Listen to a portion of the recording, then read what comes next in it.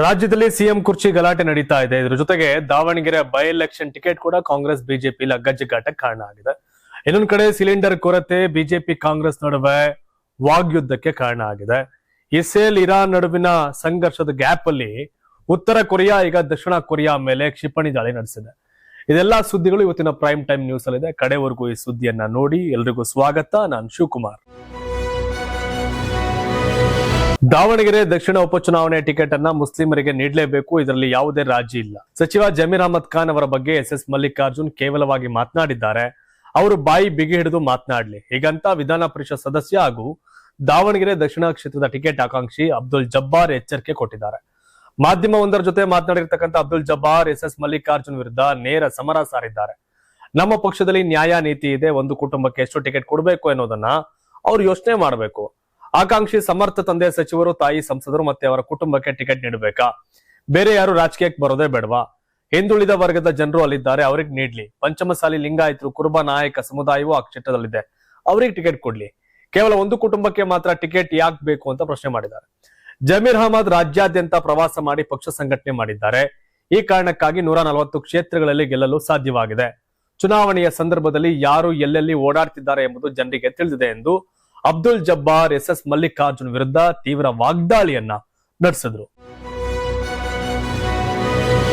ಫ್ಲಿಪ್ಕಾರ್ಟ್ ಸಂಸ್ಥೆ online platform ನಲ್ಲಿ ₹1ಗೆ 1 litre ಹಾಲು ಮಾರಾಟ ಮಾಡೋಕೆ ಮುಂದಾಗಿದೆ. ಹೇಗಂತ ಮಾಜಿ ಸಂಸದ ಹಾಗೂ ಬಮೂಲ್ ಅಧ್ಯಕ್ಷ ಡಿಕೆ ಸುರೇಶ್ ಕುಡುಕಿದ್ದಾರೆ. ಈ ಬಗ್ಗೆ ಸಂಸ್ಥೆ ಜಾಹೀರಾತು ನೀಡುತ್ತಿದ್ದು, ಇದರಿಂದ ರೈತರಿಗೆ ತೊಂದರೆಯಾಗಲಿದೆ. ಫ್ಲಿಪ್ಕಾರ್ಟ್ ವಿರುದ್ಧ ರೈತರು ಹೋರಾಟಕ್ಕೆ ಇಳಿಯಬೇಕು ಅಂತ ಡಿಕೆ ಸುರೇಶ್ ಕರೆ ಕೊಟ್ಟಿದ್ದಾರೆ. ಫ್ಲಿಪ್ಕಾರ್ಟ್ ಸಂಸ್ಥೆ ವಿರುದ್ಧ ನಾನು ಸಹ ದೂರು ಕೊಡ್ತಿದ್ದೇನೆ. ಇದು ರೈತ ಸಂಕುಲಕ್ಕೆ ಬೆಂಕಿ ಇಡುವ ಕೆಲಸ. ಇವರು ಅನ್ನದಾತನ ಬದುಕಿಗೆ ಕೊಳ್ಳಿ ಇಡೋಕೆ ಮುಂದಾಗಿದ್ದಾರೆ. ಈ ಬಗ್ಗೆ ಈಗಾಗಲೇ ಜಾಹೀರಾತು ಬರ್ತಿದೆ. ಅದರ ಶೇರ್ ವ್ಯಾಲ್ಯೂ ಹೆಚ್ಚು ಮಾಡಿಕೊಳ್ಳಲು ಇಂಥ ಕೆಲಸಕ್ಕೆ ಕೈ ಹಾಕಿದ್ದಾರೆ. ರಾಷ್ಟ್ರದಲ್ಲಿ ಕೋಟ್ಯಂತರ ಜನರು ಪಶುಸಂಗೋಪನೆ ಮಾಡ್ತಿದ್ದಾರೆ. ಹಾಲನ್ನ ಡೈರಿಗೆ ಹಾಕಿ ಜೀವನ ನಡೆಸಿದ್ದಾರೆ. ಈ ಸಂದರ್ಭದಲ್ಲಿ ಫ್ಲಿಪ್ಕಾರ್ಟ್ ನಂತಹ ಒಂದು ಸಂಸ್ಥೆ ರೈತ ಸಮುದಾಯವನ್ನ ಧ್ವಂಸ ಮಾಡುವ ಕೃತ್ಯಕ್ಕೆ ಕೈ ಹಾಕಿದೆ. ಈ ಬಗ್ಗೆ ನಾನು ಕಾಂಪಿಟೇಷನ್ ಆಫ್ ಕಮಿಷನ್ ಇಂಡಿಯಾಗೆ ದೂರು ಕೊಡ್ತಿದ್ದೇನೆ. ರೈತರ ಹಿತ ಹಾಳು ಮಾಡುವ ಕೆಲಸ ಎಂಎನ್ಸಿಗಳು ಮಾಡ್ತಿವೆ ಅನ್ನೋದನ್ನ ಜಾಹೀರಾತಿನಲ್ಲಿ ಹೇಳಬೇಕು. ಇಲ್ಲ ಸಲ್ಲದ ರೀತಿಯಲ್ಲಿ ಹಣ ಕೊಟ್ಟು ಪ್ರಚಾರ ಮಾಡ್ತಿದ್ದಾರೆ. 14.5 ಲಕ್ಷ ಲೀಟರ್ ಹಾಲು ಮಾರಾಟ ಮಾಡ್ತಿದ್ದಾರೆ. ₹1 ಕೊಡಲು ಹೇಗೆ ಸಾಧ್ಯ? ಯಾರ ಬಳಿ ಖರೀದಿ ಮಾಡ್ತಿದ್ದಾರೆ? ಎಲ್ಲಿಂದ ಬರ್ತಿದೆ ಅನ್ನುವ ಸಂಪೂರ್ಣ ಮಾಹಿತಿ ನೀಡಬೇಕು ಅಂತ ಡಿಕೆ ಸುರೇಶ್ ಆಗ್ರಹ ಮಾಡಿದ್ದಾರೆ. ದೇಶದಲ್ಲಿ ಎಲ್ಪಿಜಿ ಸಿಲಿಂಡರ್ ಎಮರ್ಜೆನ್ಸಿಗೆ ಪ್ರಧಾನಿ ಮೋದಿಯವರ ವಿದೇಶಾಂಗ ನೀತಿಯ ವೈಫಲ್ಯವೇ ಕಾರಣ ಹೀಗಂತ ಬೀದರ್ನಲ್ಲಿ ಸಚಿವ ಪ್ರಿಯಾಂಕ್ ಖರ್ಗೆ ವಾಗ್ದಾಳಿ ನಡೆಸಿದ್ದಾರೆ. ಯುದ್ಧ ಪ್ರಾರಂಭವಾಗೋದಕ್ಕೂ ಮೊದಲು ಇಸ್ರೇಲ್ನಲ್ಲಿ ಮೋದಿ ಅವರಿಗೆ ಏನ್ ಕೆಲಸ ಇತ್ತು ಅಂತ ಪ್ರಶ್ನಿಸಿದ್ದಾರೆ. ಏಕಾಏಕಿ ಡೊಮ್ಯಾಸ್ಟಿಕ್ ಮತ್ತು ಕಮರ್ಷಿಯಲ್ ಸಿಲಿಂಡರ್ ಬೆಲೆ ಹೆಚ್ಚಳ ಮಾಡಿದ್ರಿ, ಏನ್ ಸಮಸ್ಯೆ ಇಲ್ಲ ಅಂದ್ಮೇಲೆ ಅಗತ್ಯ ಸರಕುಗಳ ಕಾಯ್ದೆಯನ್ನ ಹೇಗ್ ಜಾರಿ ಮಾಡಿದ್ರಿ? ಈ ಎಸ್ಮಾ ಆಕ್ಟ್ ಯಾವಾಗ ಜಾರಿ ಆಗುತ್ತೆ? ಕೇಂದ್ರ ಸರ್ಕಾರಕ್ಕೆ ಏನಾಗ್ತಾ ಇದೆ ಅಂತಾನೆ ಗೊತ್ತಿಲ್ಲ. ಹೋಟೆಲ್ಗೆ ಸಿಲಿಂಡರ್ ಇಲ್ಲ, ಹಾಸ್ಟೆಲ್ನಲ್ಲಿ ಅಡಿಗೆ ಆಗ್ತಾ ಇಲ್ಲ. ಪುಣೆಯ ಟಾಟಾ ಕಾರ್ ತಯಾರಿಕೆ 60% ನಿಂತು ಹೋಗಿದೆ. ಇದಕ್ಕೆಲ್ಲ ಯಾರು ಹೊಣೆ? ಈ ರೀತಿ ಬೇರೆ ದೇಶದಲ್ಲಿ ಆಗ್ತಿಲ್ಲ, ನಮ್ಮ ದೇಶದಲ್ಲಿ ಮಾತ್ರ ಏಕೀಗ ಆಗ್ತಾ ಇದೆ. ಯುದ್ಧ ನಮ್ಮ ದೇಶದಲ್ಲೂ ನಡೀತಿದ್ಯಾ? ಇರಾನ್ ನಿಂದ ಕಚ್ಚಾ ತೈಲ ತುಂಬಿಕೊಂಡು ರಷ್ಯಾ ಮತ್ತು ಚೀನಾ ಹಡಗುಗಳು ಹೋಗ್ತಿವೆ. ಆದ್ರೆ ನಮ್ಮ ಹಡಗಿನ ಬಗ್ಗೆ ಮಾಹಿತಿ ಇಲ್ಲ. ಟ್ರಂಪ್ ಸೇರಿದಂತೆ ಎಲ್ಲರನ್ನೂ ಮೋದಿ ಬೆಸ್ಟ್ ಫ್ರೆಂಡ್ ಅಂತಾರೆ. ಬಿಜೆಪಿ ಸಿಲಿಂಡರ್ ಕೊರತೆ ಇಲ್ಲ ಅಂತ ಹೇಳ್ತಿದ್ದಾರೆ. ಹಾಗಾದ್ರೆ ನೀವು ಸಿಲಿಂಡರ್ ಬುಕ್ ಮಾಡಿ ಅಂತ ಪ್ರಿಯಾಂಕ್ ಖರ್ಗೆ ವಾಗ್ದಾಳಿಯನ್ನ ನಡೆಸಿದ್ರು. ಎಲ್ಪಿಜಿ ಸಿಲಿಂಡರ್ ಸಮಸ್ಯೆಗೆ ಸಂಬಂಧಿಸಿದಂತೆ ಆಹಾರ ಮತ್ತು ನಾಗರಿಕ ಸರಬರಾಜು ಸಚಿವ ಕೆಎಚ್ ಮುನಿಯಪ್ಪ ಪ್ರತಿಕ್ರಿಯೆ ನೀಡಿದ್ದಾರೆ. ಎಲ್ಪಿಜಿ ಸಿಲಿಂಡರ್ಗಳಿಲ್ಲದೆ ಉಂಟಾದ ಈ ಸಮಸ್ಯೆ ಇನ್ನೊಂದು ವಾರದವರೆಗೆ ಇರುತ್ತೆ. ಹೋಟೆಲ್ ಮಾಲೀಕರು ಮತ್ತು ವ್ಯಾಪಾರಸ್ಥರು ಈ ಅವಧಿಯಲ್ಲಿ ಸುಧಾರಿಸಿಕೊಳ್ಬೇಕು. ಇರಾನ್ ಸರ್ಕಾರ ಭಾರತದೊಂದಿಗೆ ಸ್ನೇಹ ಬೆಳೆಸುವುದಾಗಿ ಹೇಳಿದೆ. ಭಾರತಕ್ಕೆ ಎಲ್ಪಿಜಿ ತುಂಬಿದ 10 ರಿಂದ 12 ಹಡಗುಗಳು ಬರಬೇಕಿದೆ. ಈಗಾಗಲೇ 2 ಹಡಗುಗಳು ಪ್ರಯಾಣ ಬೆಳೆಸಿವೆ. 1 ವಾರ ಅಥವಾ 10 ದಿನಗಳಲ್ಲಿ ಪರಿಸ್ಥಿತಿ ಸಾಮಾನ್ಯವಾಗುತ್ತೆ ಎಂಬ ನಿರೀಕ್ಷೆ ಇದೆ. ಪ್ರಸ್ತುತ ಇರುವ ಗೃಹ ಬಳಕೆಯ ಸಿಲಿಂಡರ್ಗಳನ್ನೇ ವಾಣಿಜ್ಯ ಬಳಕೆಗೆ ಪರಿವರ್ತಿಸುವ ಕ್ರಮ ಕೈಗೊಳ್ಳಲಾಗ್ತಿದೆ. ಹೋಟೆಲ್ಗಳ ಮೇಲೆ ಬಹಳಷ್ಟು ಜನರು ಅವಲಂಬಿತರಾಗಿದ್ದಾರೆ. ಆದ್ರಿಂದ ಸೋಮವಾರ ಅಧಿಕಾರಿಗಳ ಸಭೆ ಕರೆದು ಈ ವಿಷಯವಾಗಿ ಮಾತುಕತೆ ನಡೆಸಲಾಗುವುದು. ಕಾಳಸಂತೆಯಲ್ಲಿ ವಾಣಿಜ್ಯ ಸಿಲಿಂಡರ್ಗಳನ್ನ ಮಾರಾಟ ಮಾಡಲು ಅವಕಾಶ ಇಲ್ಲ. ಹೆಚ್ಚಿನ ಬೆಲೆಗೆ ಮಾರಾಟ ಆಗುತ್ತಿರುವುದರಿಂದ ಒಂದಷ್ಟು ಕಾಯ್ದೆಯಂತೆ ಕಠಿಣ ಕ್ರಮ ಕೈಗೊಳ್ಳಲಾಗುವುದು ಅಂತ ಸಚಿವ ಕೆಎಚ್ ಮುನಿಯಪ್ಪ ಎಚ್ಚರಿಕೆಯನ್ನ ಕೊಟ್ಟಿದ್ದಾರೆ. ಗ್ಯಾಸ್ ಅಭಾವ ವಿಚಾರದಲ್ಲಿ ಸಿಎಂ ಸಿದ್ದರಾಮಯ್ಯ ರಾಜಕೀಯ ಮಾಡಬಾರದು ಎಂದು ವಿಪಕ್ಷ ನಾಯಕ ಆರ್ ಅಶೋಕ್ ವಾಗ್ದಾಳಿ ನಡೆಸಿದ್ದಾರೆ. ಬೆಂಗಳೂರಿನ ಬಿಜೆಪಿ ಕಚೇರಿಯಲ್ಲಿ ಮಾತನಾಡಿದ ಆರ್ ಅಶೋಕ್, ಈ ಸಮಯದಲ್ಲಿ ರಾಜಕೀಯ ಬಿಟ್ಟು ಮಾತನಾಡಬೇಕು. ಸಚಿವ ಮುನಿಯಪ್ಪ ಸರಿಯಾಗಿ ಮಾತನಾಡ್ತಾರೆ. ಅವರು ಕೇಂದ್ರದಲ್ಲಿ ಮಂತ್ರಿ ಆಗಿದ್ದವರು, ಅವ್ರಿಗೆಲ್ಲವೂ ಗೊತ್ತಿದೆ.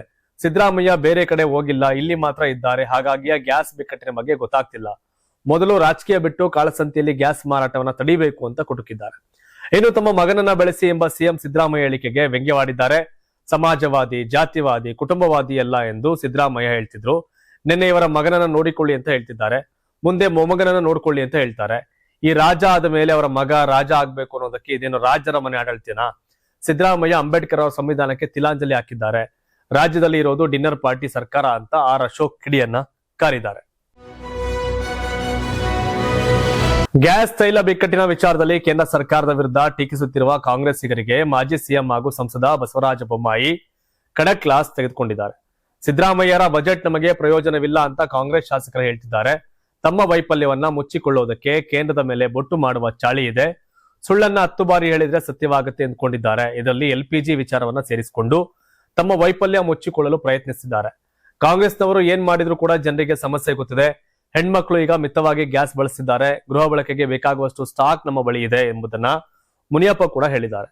ಬಳಕೆ ಪ್ರಮಾಣ ಜಾಸ್ತಿ ಇರೋದ್ರಿಂದ ಕಮರ್ಷಿಯಲ್ಗೆ ಸ್ವಲ್ಪ ಅಭಾವ ಆಗಿದೆ. ಆದ್ರೆ LPG ಹೊತ್ತ ಹಡಗುಗಳು ಈಗಾಗಲೇ ಬರೋದಕ್ಕೆ ಶುರುವಾಗಿವೆ.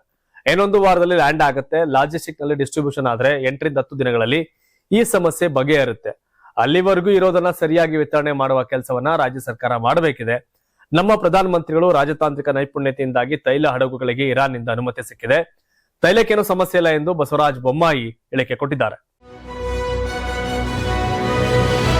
ಮಧ್ಯಪ್ರಾಚ್ಯ ಯುದ್ಧದ ವೇಳೆ ಕೇಂದ್ರ ಸರ್ಕಾರ ನಾಗರಿಕರಿಗೆ ಧೈರ್ಯ ತುಂಬುವ ಕೆಲಸ ಮಾಡ್ತಿದ್ರೆ ಕಾಂಗ್ರೆಸ್ ಮಾತ್ರ ಭೀತಿ ಮೂಡಿಸಲು ಯತ್ನಿಸುತ್ತಿದೆ. ಹೀಗಂತ ಪ್ರಧಾನಮಂತ್ರಿ ನರೇಂದ್ರ ಮೋದಿ ಆಕ್ರೋಶ ವ್ಯಕ್ತಪಡಿಸಿದ್ದಾರೆ. ಜೊತೆಗೆ ವಿರೋಧ ಪಕ್ಷವು ಭಾರತ ಅಭಿವೃದ್ಧಿಗೆ ಪ್ರತಿಕೂಲವಾದ ಶಕ್ತಿಗಳ ಕೈಗೊಂಬೆಯಾಗಿದೆ ಎಂದು ಗಂಭೀರ ಆರೋಪ ಮಾಡಿದ್ದಾರೆ. ಅಸ್ಸಾಂನ ಸಿಲ್ಚಾರ್ನಲ್ಲಿ ಚುನಾವಣಾ ಪ್ರಚಾರ ನಿಮಿತ್ತ ಭಾಷಣ ಮಾಡಿದ ನಮೋ ಕಾಂಗ್ರೆಸ್ ಪಕ್ಷದ ವಿರುದ್ಧ ತೀವ್ರ ವಾಗ್ದಾಳಿ ನಡೆಸಿದರು. ಯುದ್ಧ ಕಾಲದಲ್ಲಿ ನಮ್ಮ ದೇಶದ ನಾಗರಿಕರ ಸಂಕಷ್ಟವನ್ನ ಎಷ್ಟು ಸಾಧ್ಯವೋ ಅಷ್ಟು ಕಡಿಮೆಗೊಳಿಸಲು ನಮ್ಮ ಸರ್ಕಾರ ನೋಡಿಕೊಳ್ಳುತ್ತಿದೆ. ಆದ್ರೆ ನಿರ್ಣಾಯಕ ಹಂತದಲ್ಲಿ ಕಾಂಗ್ರೆಸ್ ಪಕ್ಷವು ಒಂದು ಜವಾಬ್ದಾರಿಯುತ ರಾಜಕೀಯ ಘಟಕವಾಗಿ ಕಾರ್ಯನಿರ್ವಹಿಸುತ್ತದೆ ಎಂದು ನಿರೀಕ್ಷಿಸಲಾಗಿತ್ತು. ಆದ್ರೆ ರಾಷ್ಟ್ರೀಯ ಹಿತಾಸಕ್ತಿಗೆ ಸಂಬಂಧಿಸಿದ ಈ ಮಹತ್ವ ಕಾರ್ಯದಲ್ಲಿ ಕಾಂಗ್ರೆಸ್ ಮತ್ತೊಮ್ಮೆ ವಿಫಲವಾಗಿದೆ. ದೇಶದೊಳಗೆ ಭೀತಿಯನ್ನ ಸೃಷ್ಟಿಸಲು ಕಾಂಗ್ರೆಸ್ ಎಲ್ಲಾ ಪ್ರಯತ್ನಗಳನ್ನ ಮಾಡ್ತಾ ಇದೆ. ರಾಷ್ಟ್ರವು ತೊಂದರೆಗಳಲ್ಲಿ ಸಿಲುಕಿಕೊಳ್ಳಲಿ ಎಂದು ಕಾಂಗ್ರೆಸ್ ಆಶಿಸುತ್ತಿದೆ. ಆ ಮೂಲಕ ಮೋದಿಯನ್ನ ಲೆಕ್ಕವಿಲ್ಲದಷ್ಟು ನಿಂದಿಸಬಹುದು ಎಂಬುದು ಅವರ ಲೆಕ್ಕಾಚಾರ. ಭಾರತದ ತ್ವರಿತ ಬೆಳವಣಿಗೆಯನ್ನ ಜೀರ್ಣಿಸಿಕೊಳ್ಳಲು ಸಾಧ್ಯವಾಗದ ಜಗತ್ತಿನಾದ್ಯಂತ ಕೆಲ ಶಕ್ತಿಗಳಿವೆ. ಕಾಂಗ್ರೆಸ್ ಆ ಶಕ್ತಿಗಳ ಕೈಯಲ್ಲಿ ಕೇವಲ ಕೈಗೊಂಬೆಯಾಗುತ್ತಿದೆ ಎಂದು ಪ್ರಧಾನಿ ನರೇಂದ್ರ ಮೋದಿ ಆರೋಪ ಮಾಡಿದ್ರು. ಈ ಪಕ್ಷವು ಒಂದರ ನಂತರ ಒಂದರಂತೆ ಚುನಾವಣೆಗಳನ್ನ ಸೋಲು ಕಂಡಿದ್ದು ಶೀಘ್ರದಲ್ಲೇ ಶತಮಾನಗಳ ಸೋಲುಗಳನ್ನ ಅನುಭವಿಸುವ ಹಾದಿಯಲ್ಲಿದೆ ಅಂತ ಕಾಂಗ್ರೆಸ್ ವಿರುದ್ಧ ಮೋದಿ ಕುಟುಕಿದ್ರು. ಭಾರತದ ಧ್ವಜ ಹೊತ್ತ 2 ಶಿಪ್ಗಳು ಕಾರ್ಪೊರೇಷನ್ ಆಫ್ ಇಂಡಿಯಾದ LPG ಟ್ಯಾಂಕರ್ಗಳು ಇಂದು ಹಾರ್ಮುಜ್ ಜಲಸಂಧಿಯನ್ನ ದಾಟಿ ಭಾರತದ ಕಡೆ ಸಾಗ್ತಿವೆ. ಹಡಗುಗಳ ಹೆಸರುಗಳು ಶಿವಾಲಿಕ್ ಮತ್ತು ನಂದಾದೇವಿ. ಇರಾನ್ ಮತ್ತು ಆ ಪ್ರದೇಶದ ಇತರ ಎಲ್ಲಾ ದೇಶಗಳ ಸಹಕಾರದೊಂದಿಗೆ ಇದು ಬಹಳ ಎಚ್ಚರಿಕೆಯಿಂದ ನಡೆಸಲಾದ ಕಾರ್ಯಾಚರಣೆಯಾಗಿದೆ ಎಂದು ಮೂಲಗಳು ತಿಳಿಸಿವೆ. ಕಳೆದ ಕೆಲವು ದಿನಗಳಿಂದ ಭಾರತ ಮತ್ತು ಇರಾನಿನ ನಾಯಕತ್ವಗಳ ನಡುವೆ ಸರಣಿ ಮಾತುಕತೆ ನಂತರ ಈ 2 ಹಡಗುಗಳ ಓಡಾಟ ಆರಂಭಗೊಂಡಿದೆ. ಹಾರ್ಮುಜ್ ಜಲಸಂಧಿಯ 2 ಬದಿಗಳಲ್ಲಿ ಪ್ರಸ್ತುತ ಬೀಡು ಬಿಟ್ಟಿರುವ 2 ಡಜನ್ಗೂ ಹೆಚ್ಚು ಭಾರತೀಯ ಧ್ವಜ ಹೊಂದಿರತಕ್ಕಂತ ವ್ಯಾಪಾರಿ ಹಡಗುಗಳಿಗೆ ಸುರಕ್ಷಿತ ಮಾರ್ಗಗಳನ್ನ ಖಚಿತಪಡಿಸಿಕೊಳ್ಳಲು ಭಾರತ ತನ್ನ ಪ್ರಯತ್ನಗಳನ್ನ ತೀವ್ರಗೊಳಿಸಿದೆ. ಶಿವಾಲಿಕ್ ಸುಮಾರು 40,000 ಮೆಟ್ರಿಕ್ ಟನ್ ಅನಿಲವನ್ನ ಹೊತ್ತೊಯ್ಯುತ್ತದೆ ಮತ್ತು ನಂದಾದೇವಿ ಹಡಗಿನಲ್ಲೂ 46,000 ಮೆಟ್ರಿಕ್ ಟನ್ LPG ಇದೆಯಂತೆ. ಓಮನ್ನಿಂದ ಆಫ್ರಿಕಾಗೆ ಗ್ಯಾಸೋಲಿನ್ ಸಾಗಿಸುತ್ತಿರುವ ಭಾರತೀಯ ಧ್ವಜ ಹೊತ್ತ ಮತ್ತೊಂದು ತೈಲ ಟ್ಯಾಂಕರ್ ಜಗ್ ಪ್ರಕಾಶ್ ಕೂಡ ಹಾರ್ಮುಜ್ ಜಲಸಂಧಿಯ ಪೂರ್ವದಿಂದ ಪ್ರಯಾಣ ಬೆಳೆಸಿದೆ ಎಂದು ಹಡಗು ಸಚಿವಾಲಯದ ವಿಶೇಷ ಕಾರ್ಯದರ್ಶಿ ರಾಜೇಶ್ ಕುಮಾರ್ ಸಿನ್ಹಾ ತಿಳಿಸಿದ್ದಾರೆ. ಪಶ್ಚಿಮ ಏಷ್ಯಾದಲ್ಲಿ ನಡೆಯುತ್ತಿರುವ ಇರಾನ್ ಇಸ್ರೇಲ್ ಅಮೆರಿಕ ಸಂಘರ್ಷದ ನಡುವೆ ಅಮೆರಿಕ ವಿದೇಶಾಂಗ ಇಲಾಖೆ ದೊಡ್ಡ ಘೋಷಣೆ ಮಾಡಿದೆ. ಇರಾನ್ನ ಹೊಸ ಸರ್ವೋಚ್ಚ ನಾಯಕ ಮೊಸ್ತಾಬಾ ಖಮೇನಿ ಮತ್ತು ಇತರ ಉನ್ನತ ಅಧಿಕಾರಿಗಳ ಬಗ್ಗೆ ಮಾಹಿತಿ ನೀಡುವವರಿಗೆ $10 ಮಿಲಿಯನ್ ಅಂದ್ರೆ ಸುಮಾರು 83 ಕೋಟಿ ರೂಪಾಯಿ ಬಹುಮಾನ ನೀಡುವುದಾಗಿ ಘೋಷಿಸಿದೆ. ಇರಾನ್ ನಾಯಕರು ಭೂಗತಕ್ಕೆ ಹೋಗಿ ಅಡಗಿಕೊಂಡಿದ್ದಾರೆ ಎಂದು ಅಮೆರಿಕ ಹೇಳುತ್ತಿರುವುದಕ್ಕೆ ಇದು ಸಾಕ್ಷಿಯಾಗಿದೆ ಎಂದು ವಿಶ್ಲೇಷಕರು ಹೇಳ್ತಿದ್ದಾರೆ. ಅಮೆರಿಕದ ವಿದೇಶಾಂಗ ಇಲಾಖೆಯ ಪ್ರಕಾರ ಈ ಬಹುಮಾನ ರಿವಾರ್ಡ್ಸ್ ಫಾರ್ ಜಸ್ಟಿಸ್ ಕಾರ್ಯಕ್ರಮದಡಿ ನೀಡಲಾಗುತ್ತದೆ. ಇದು ಭಯೋತ್ಪಾದನೆಗೆ ಸಂಬಂಧಿಸಿದ ಮಾಹಿತಿಗಾಗಿ ಹಣ ನೀಡುವ ಕಾರ್ಯಕ್ರಮವಾಗಿದೆ. ಹೊಸ ಸರ್ವೋಚ್ಚ ನಾಯಕ ಮೊಸ್ತಾಬಾ ಖಮೇನಿ, ಆಂತರಿಕ ಸಚಿವ ಎಸ್ಕಂದರ್ ಮೊಮೇನಿ, ಗುಪ್ತಚರ ಮತ್ತು ಭದ್ರತಾ ಸಚಿವ ಇಸ್ಮಾಯಿಲ್ ಖತೀಬ್, ಸುಪ್ರೀಂ ರಾಷ್ಟ್ರೀಯ ಭದ್ರತಾ ಮಂಡಳಿಯ ಮುಖ್ಯಸ್ಥ ಅಲಿ ಲಾರಿಜಾನಿ, ಸುಪ್ರೀಂ ನಾಯಕನ ಸಲಹೆಗಾರ ಮತ್ತು IRGC ಕಮಾಂಡರ್ ಸೇರಿದಂತೆ ಒಟ್ಟು 10 ಮಂದಿಗಾಗಿ ಅಮೆರಿಕ ಹುಡುಕಾಡ್ತಿದೆ. ಇವರೆಲ್ಲ ಇರಾನ್ನ ಇಸ್ಲಾಮಿಕ್ ರೆವಲ್ಯೂಷನರಿ ಗಾರ್ಡ್ ಕಾರ್ಪ್ಸ್ ನ ವಿವಿಧ ಭಾಗಗಳನ್ನ ನಿಯಂತ್ರಿಸುತ್ತಾರಂತೆ. ವಿದೇಶಾಂಗ ಇಲಾಖೆಗೆ ಮಾಹಿತಿ ನೀಡುವವರು ಸಿಗ್ನಲ್ ಆಫ್ ಮೂಲಕ ಸಂಪರ್ಕಿಸುವಂತೆ ಹೇಳಿದೆ.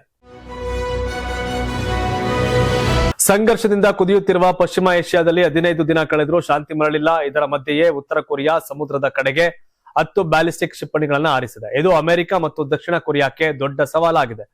10 ಬ್ಯಾಲಿಸ್ಟಿಕ್ ಕ್ಷಿಪಣಿಗಳನ್ನ ಹಾರಿಸುವ ಮೂಲಕ ಕಿಮ್ ಜಾಂಗ್ ಉನ್ ಡೊನಾಲ್ಡ್ ಟ್ರಂಪ್ಗೆ ನೇರ ಸವಾಲು ಹಾಕಿದ್ದಾರೆ ಎಂದು ವಿಶ್ಲೇಷಣೆ ಮಾಡಲಾಗ್ತಾ ಇದೆ. ದಕ್ಷಿಣ ಕೊರಿಯಾದ ಮಿಲಿಟರಿ ಹಾಗೂ ಉತ್ತರ ಕೊರಿಯಾದ ಪೂರ್ವ ಕರಾವಳಿಯ ಸಮುದ್ರದ ಕಡೆಗೆ ಸ್ಫೋಟಕಗಳನ್ನು ಹಾರಿಸಲಾಗಿದೆ. 18,000 ಉತ್ತರ ಕೊರಿಯಾದ ಸೈನಿಕರು ಅಮೆರಿಕದ ಪಡೆಗಳೊಂದಿಗೆ ಜಂಟಿ ಸಮರಾಭ್ಯಾಸ ನಡೆಸುತ್ತಿರುವ ಸಮಯದಲ್ಲಿ ಉತ್ತರ ಕೊರಿಯಾ ಈ ಪ್ರಯೋಗ ನಡೆಸಿದೆ. ಉತ್ತರ ಕೊರಿಯಾದ ಈ ಕ್ರಮವನ್ನ ಯುದ್ಧದ ಪ್ರಚೋದನಕಾರಿ ಕೃತ್ಯವೆಂದು ಪರಿಗಣಿಸಲಾಗ್ತಾ ಇದೆ. ದಕ್ಷಿಣ ಕೊರಿಯಾದ ಜಂಟಿ ಮುಖ್ಯಸ್ಥರು ಈ ಬಗ್ಗೆ ಸ್ಪಷ್ಟನೆ ನೀಡಿದ್ದಾರೆ.